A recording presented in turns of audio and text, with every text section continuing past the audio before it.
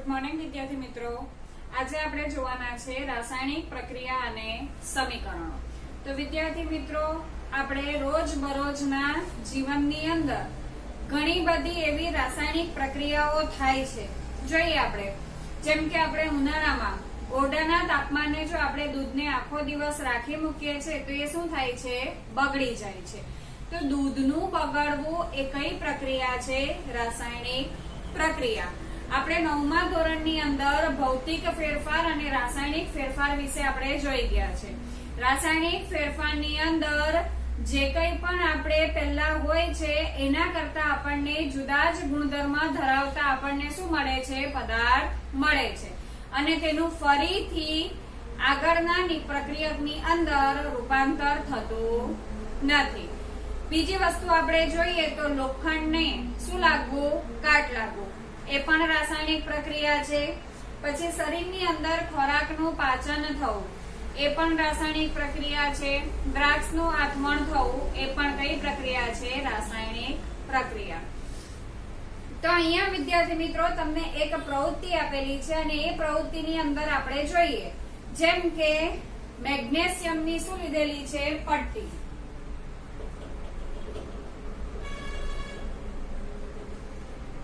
મેગ્નેશિયમની પટ્ટી એટલે કે Mg, અને એ મેગ્નેશિયમની પટ્ટીને હવામાં શું કરવાની છે? સળગાવવાની છે। હવે વિદ્યાર્થી મિત્રો આપણે જોઈએ તો પહેલા મેગ્નેશિયમની પટ્ટી કેવા રંગની છે? સફેદ રંગની છે। હવે એનું હવામાં શું કરવાનું છે? દહન કરવાનું છે। તો હવામાં દહન કરતા એટલે કે વિદ્યાર્થી મિત્રો એની કોની સાથે પ્રક્રિયા કરવી પડે? ઓક્સિજન સાથે। અને ઓક્સિજન સાથે પ્રક્રિયા કરતા આપણને નીચે ત્યાર પછી એને બર્નર સાથે શું કરવાનું છે? તમને સળગાવવાનું છે। તો બર્નર થી સળગાવતા આપણને વોચ ગ્લાસની અંદર સફેદ શું જોવા મળે છે? ભૂકો જોવા મળે છે। તો એ સફેદ ભૂકો શેનો છે? તો મેગ્નેશિયમ ઓક્સાઇડ નો છે। અહીંયા મેગ્નેશિયમ ઓક્સાઇડ એટલે કે MgO। તો આપણે મેગ્નેશિયમની પટ્ટી લીધી છે, જેને હવામાં સળગાવી છે। તો હવામાં સળગાવતા આપણને શું મળે છે? Magnesium oxide. તો જે પહેલા લીધા છે એના કરતા આપણને નવો જ પદાર્થ મળે છે, એનો મતલબ કે અહીંયા શું થાય છે? રાસાયણિક પ્રક્રિયા। હવે વિદ્યાર્થી મિત્રો, શા માટે આપણે મેગ્નેશિયમની જ પટ્ટી લેવાની છે? કારણ કે મેગ્નેશિયમની પટ્ટી જે છે અથવા તો મેગ્નેશિયમ ખૂબ જ કેવું છે? સક્રિય છે। અને જ્યારે પણ આપણે મેગ્નેશિયમની પટ્ટી વાપરીએ છીએ ત્યારે એને શું કરવાનું છે? તો સાફ કરવાની છે। શા માટે મેગ્નેશિયમની પટ્ટીને વાપરતા પહેલા સાફ કરવામાં આવે? કારણ કે મેગ્નેશિયમ ખૂબ જ સક્રિય છે અને એ હવામાં રહેલા ઓક્સિજન સાથે પ્રક્રિયા કરીને મેગ્નેશિયમ ઓક્સાઇડનું નિષ્ક્રિય શું બનાવે છે? પળ બનાવે છે। એટલે જ્યારે પણ આપણે મેગ્નેશિયમની પટ્ટી વાપરવાની હોય તો ત્યારે એને આપણે કાચ પેપર વડે ઘસીને એ મેગ્નેશિયમ ઓક્સાઇડનું નિષ્ક્રિય પળ આપણે શું કરી દેવાનું હોય છે? દૂર કરી દેવાનું હોય છે। એટલે આપણે મેગ્નેશિયમની પટ્ટી જ્યારે પણ વાપરીએ છીએ ત્યારે એને કાચ પેપર વડે ઘસીને શું કરવામાં આવે છે? સાફ કરવામાં આવે છે। બરાબર? એટલે કે મેગ્નેશિયમની પટ્ટી જે છે તે સફેદ જગારામાં આવતી જ્યોતથી સળગે છે અને સફેદ પાવડરમાં મેગ્નેશિયમ શું થાય છે? પરિવર્તિત થાય છે। અને એ જે પાવડર છે એ શેનો છે? મેગ્નેશિયમ ઓક્સાઇડનો। આ મેગ્નેશિયમ અને હવામાંના ઓક્સિજન વચ્ચે પ્રક્રિયા થઈને આપણને શું મળે છે? Magnesium oxide. તો વિદ્યાર્થી મિત્રો, અહીંયા તમને બીજી પણ એક પ્રક્રિયા આપેલી છે કે તમને આપેલું છે એક કોનિકલ ફ્લાસ્ક ની અંદર શું લેવાનું છે? ઝિંક લેવાનું છે। તેની અંદર H2SO4 અથવા તો શું ઉમેરવાનું છે? HCl। ને H2SO4 કે HCl ઉમેરતા એની વચ્ચે પ્રક્રિયા થઈને આપણને શું મળે છે? ZnSO4 પ્લસ H2 એ જ રીતે ઝિંકની HCl સાથે પ્રક્રિયા થઈને આપણને મળશે ZnCl2 અને હાઇડ્રોજન વાયુ. તો અહીંયા વિદ્યાર્થી મિત્રો શું ઉદ્ભવે છે? વાયુનો ઉદ્ભવ થાય છે. તો કોઈ પણ પ્રક્રિયક વચ્ચે પ્રક્રિયા થઈ છે એમ ક્યારે કહેવાય? તો જ્યારે એની અવસ્થામાં પરિવર્તન થાય અથવા તો એનામાં રંગ પરિવર્તન થાય, કોઈ વાયુનો ઉદ્ભવ થાય કે તાપમાનમાં પરિવર્તન થાય, તો ત્યારે આપણે એવું કહી શકીએ કે અહીંયા શું થાય છે? રાસાયણિક પ્રક્રિયા થઈ છે એમ આપણે કહી શકીએ. હવે આપણે વિદ્યાર્થી મિત્રો આગળ જોવાનું છે રાસાયણિક સમીકરણ.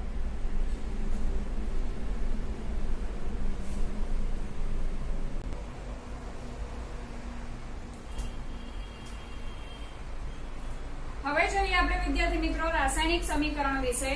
તો રાસાયણિક સમીકરણની અંદર આપણે પ્રવૃત્તિ 1 જોઈ ગયા છે કે મેગ્નેશિયમની પટ્ટીને હવામાં સળગાવતા આપણને શું મળે છે? Magnesium oxide. તો એનું જો આપણે વિદ્યાર્થી મિત્રો વર્ણન કરીએ તો એ વર્ણન શું થાય છે? તો આ રીતે કે જ્યારે મેગ્નેશિયમની પટ્ટી હવામાં સળગે છે ત્યારે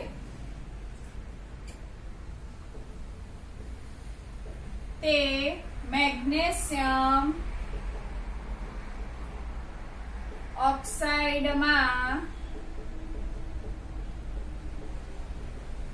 રૂપાંતરિત થાય છે. હવે વિદ્યાર્થી મિત્રો આપણે અહીંયા જોઈએ તો આ દરેક વખતે જો આપણે આવું વર્ણન કરવા જઈએ તો એ વર્ણન કેવું થઈ જાય વિદ્યાર્થી મિત્રો? ઘણું લાંબુ થઈ જાય. તો આને આપણે ટૂંકમાં એટલે કે શાબ્દિક સ્વરૂપમાં જો આપણે એનું વર્ણન કરીએ તો હવે એનું આપણે શાબ્દિક સ્વરૂપમાં વર્ણન કરીએ તો શાબ્દિક સ્વરૂપમાં આપણે શું લખી શકીએ? તો અહીંયા છે મેગ્નેશિયમ, એને હવામાં એનું સળગાવીએ એટલે કે કોની સાથે પ્રક્રિયા કરશે? ઓક્સિજન સાથે પ્રક્રિયા કરે અને આપણને શું મળે છે? તો મેગ્નેશિયમ ઓક્સાઇડ મળે છે. શું મળે છે? Magnesium oxide. તો અહીંયા તમે વિદ્યાર્થી મિત્રો જોઈ શકો તો આ છે ડાબી બાજુ અને આ છે જમણી બાજુ. હવે અહીંયા આપણે ડાબી બાજુએ જે લીધેલા છે એને આપણે શું કહીએ છીએ? પ્રક્રિયક. અને જમણી બાજુ જે મળે છે એને આપણે કહીએ છીએ નિપજ.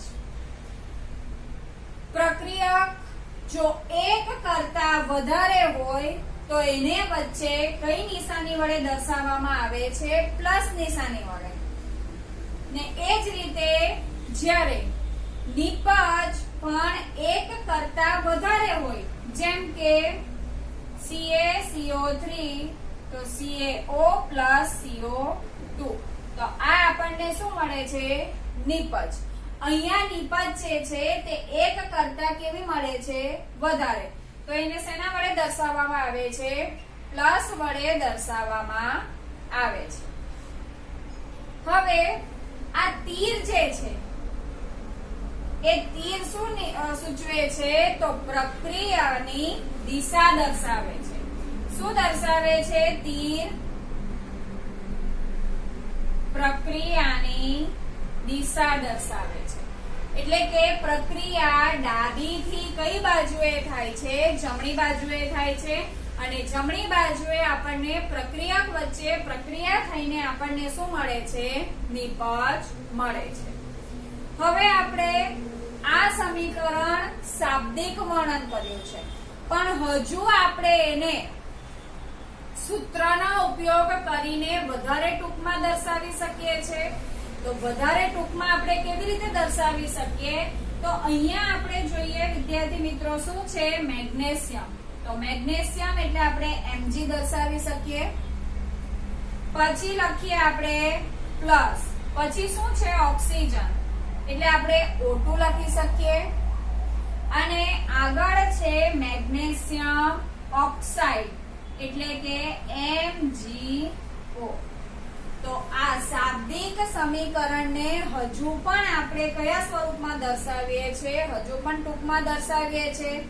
અને વિદ્યાર્થી મિત્રો, આજે આપણે શાબ્દિક સ્વરૂપમાં લખીએ છીએ એને માળખાગત સમીકરણ તરીકે પણ ઓળખવામાં આવે છે. કયા સમીકરણને?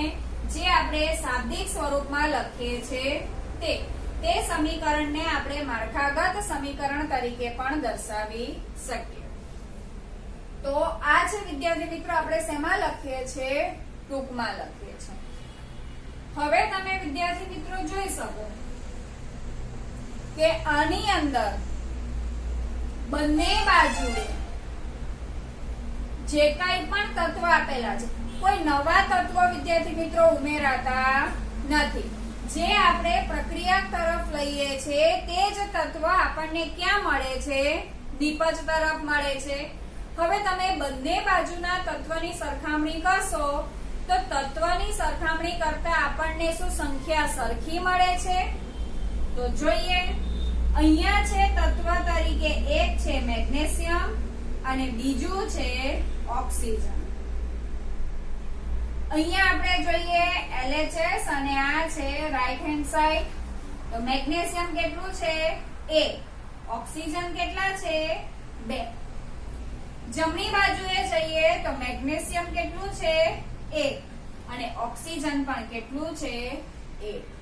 તો તમે અહીંયા જોઈ શકો છો કે અહીંયા સમીકરણની અંદર ડાબી બાજુ અને જમણી બાજુએ તત્વની સંખ્યા સરખી નથી. તો આ સમીકરણને કેવું સમીકરણ કહેવાશે? અસમતોલિત સમીકરણ કહેવાય છે. કેવું સમીકરણ કહેવાય છે? અસમતોલિત સમીકરણ.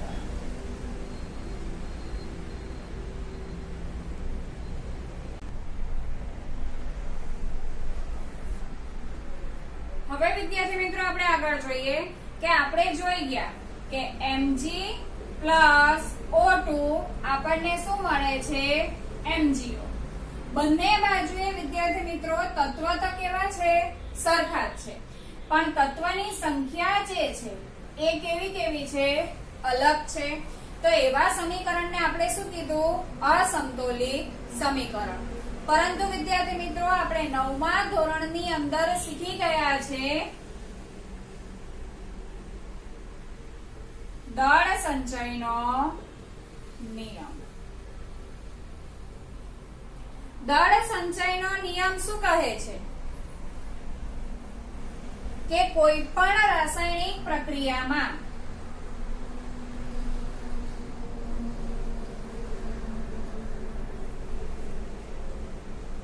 દળનું સર્જન પણ નથી થતું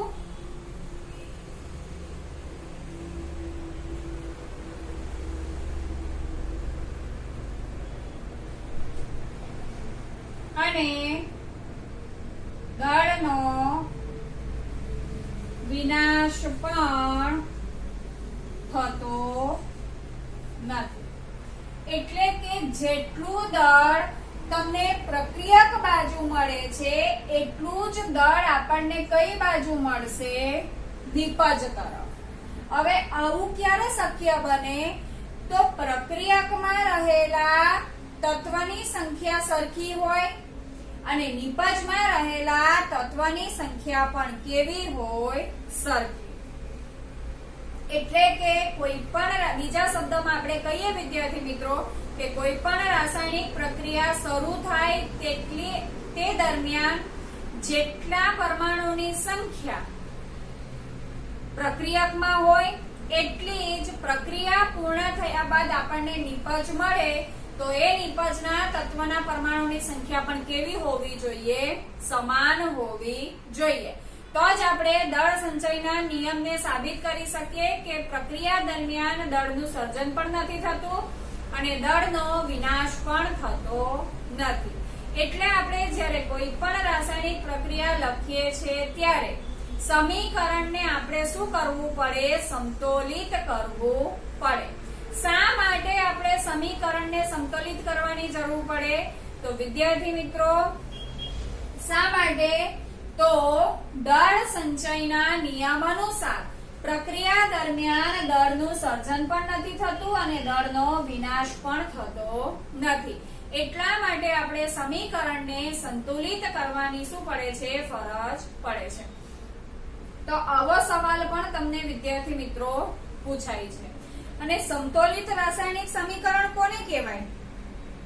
તો જે સમીકરણની અંદર પ્રક્રિયક અને નિપજ તરફ તત્વના પરમાણુની સંખ્યા સમાન હોય તો એવા સમીકરણને શું કહેવામાં આવે છે?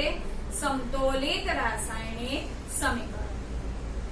તો હવે વિદ્યાર્થી મિત્રો આપણે તબક્કાવાર સમીકરણને આપણે કેવી રીતે સમતોલિત કરતા શીખવાના છે. તો જોઈએ આપણે પહેલું સમીકરણ.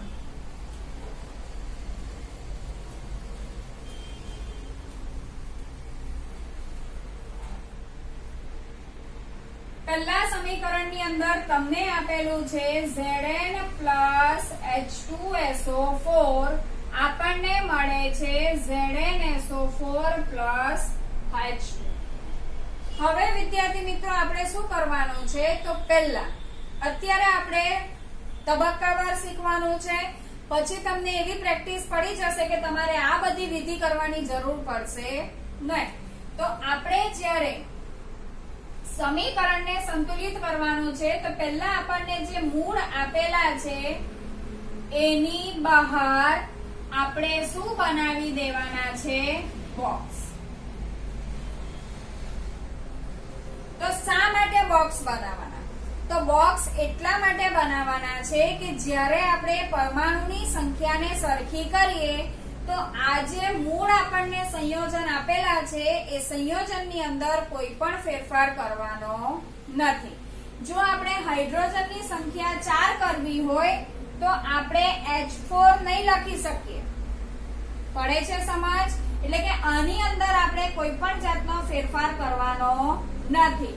જે કંઈ પણ ફેરફાર કરવાનો છે તો આની બહાર કરવાનો છે. એટલે કે તમારે આ બોક્સની આગળ તમારે ગુણક મૂકવાના છે. તમે 2 મૂકો, 3 મૂકો, 4 મૂકો, ગમે તે મૂકો. જે રીતે સમીકરણમાં આપણને સંખ્યા જોઈશે તે રીતે તમારે ગુણક મૂકવાના છે. હવે આપણે બંને બાજુએ રહેલા તત્વ આપણે જોઈ લઈએ. તો તત્વ તો બંને બાજુએ કેવા હોવાના? સમાન. જેમ કે અહીંયા લઈએ Zn, પછી છે હાઇડ્રોજન, પછી કોણ રહેલું છે? સલ્ફર, અને પછી કોણ રહેલું છે? ઓક્સિજન. તો ડાબી બાજુએ તત્વની સંખ્યા જોઈએ અને જમણી બાજુએ તત્વના પરમાણુની સંખ્યા જોઈએ. તો ડાબી બાજુએ જોઈએ તો Zn કેટલા છે? 1. હાઇડ્રોજન કેટલા છે? 2. સલ્ફર 1. ઓક્સિજન કેટલા છે? 4. જમણી બાજુએ જોઈએ તો Zn કેટલા છે? 1. હાઇડ્રોજન કેટલા છે? 2. સલ્ફર 1 અને ઓક્સિજન 4. તો વિદ્યાર્થી મિત્રો અહીંયા તમે જોઈ શકો કે બંને બાજુએ તત્વના પરમાણુની સંખ્યા કેવી છે? સમાન છે. તો આ સમીકરણ પહેલેથી જ કેવું સમીકરણ છે? સમતોલિત રાસાયણિક સમીકરણ. જો વિદ્યાર્થી મિત્રો પહેલેથી જ સમીકરણ સંતુલિત હોય તો તમારે એને સંતુલિત કરવાની જરૂર નથી. પડે ખબર? હવે આપણે જોઈએ બીજું સમીકરણ જોઈએ.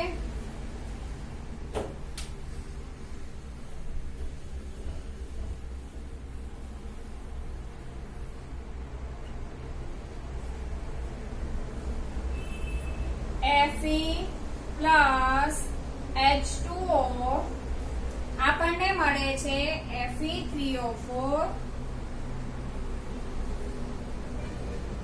Plus H.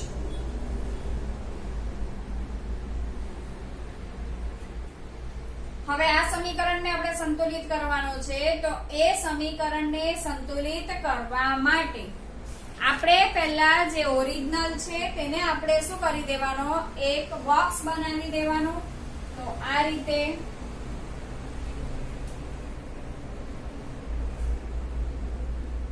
એટલે કે આની અંદર આપણે કોઈ ફેરફાર કરવાનો નથી. હવે આપણે એમાં હાજર રહેલા જુદા જુદા પરમાણુની શું બનાવવાની છે? યાદી બનાવવાની છે. તો આમાં છે Fe, બીજું છે હાઇડ્રોજન અને ત્રીજો છે ઓક્સિજન. અહીંયા પણ એટલા જ છે, Fe, હાઇડ્રોજન અને ઓક્સિજન. હવે એમાં રહેલા આપણે પરમાણુની શું ગણીએ? સંખ્યા ગણીએ. તો Fe કેટલા છે? 1. હાઇડ્રોજન કેટલા છે? 2. અને ઓક્સિજન કેટલો છે?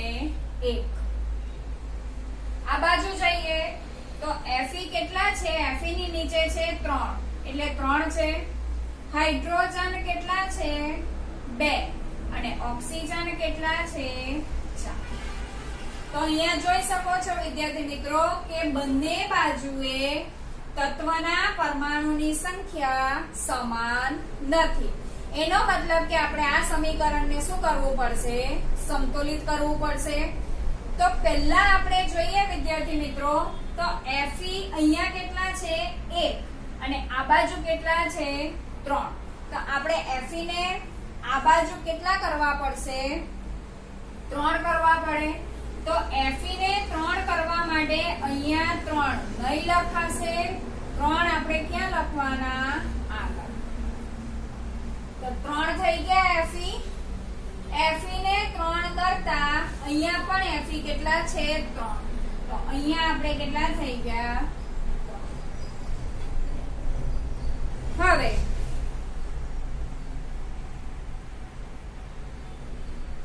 પ્રક્રિયકની અંદર જોઈએ આપણે વિદ્યાર્થી મિત્રો, તો હાઇડ્રોજન 2 છે, હાઇડ્રોજન 2 છે, પણ ઓક્સિજન કેટલા છે?